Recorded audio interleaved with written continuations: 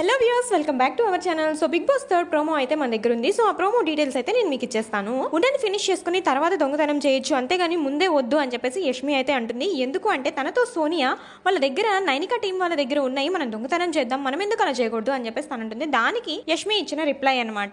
తర్వాత అభయ్ అంటున్నాడు తను చీఫ్ కాబట్టి తను చెప్పింది చేయడం తప్ప మనకి ఇంకా వేరే ఆప్షన్ ఏం లేదు, మనం చెయ్యకూడదు కూడా అలా అని చెప్పేసి అభయ్ అంటున్నాడు. షుగర్ అండ్ టీ పౌడర్ అయితే యష్మి దొంగతనం చేస్తుంది. అక్కడైతే ఆల్రెడీ ప్రేరణ ఏదో వంట చేస్తుంది కిచెన్ లో. అక్కడ తన హెల్ప్ తో యష్మి అయితే షుగర్ ని టీ పౌడర్ ని అయితే దొంగతనం చేస్తుంది. అండ్ ఇవి సరిపోవు అని చెప్పి సోనియా మళ్ళీ పంపించింది. తను మళ్ళీ వచ్చి ఇంకొంచెం క్వాంటిటీ అయితే తీసుకొని వెళ్ళింది. సమాన హక్కు ఉంది అందరికీ అని చెప్పేసి మణి అయితే అన్నాడు. దానికి నైనిక అవును కానీ మేము అది యూటిలైజ్ చేసుకున్నాం, వాళ్ళు యూటిలైజ్ చేసుకోలేదు అని చెప్పేసి అనింది. జ్యూస్ బాటిల్స్ ఇవన్నీ వాళ్ళ దగ్గర ఉన్నాయి అని నిఖిల్ తో మణి అంటున్నాడు. సో ఏం చేద్దాం అనుకుంటున్నాం అంటే కొట్టేద్దాం, ఎందుకు కొట్టేయకూడదు అని చెప్పేసి మణి అయితే అన్నాడు నిఖిల్ తో. అరే అట్లా చేయొద్దురా అని చెప్పేసి నిఖిల్ అయితే అంటున్నాడు.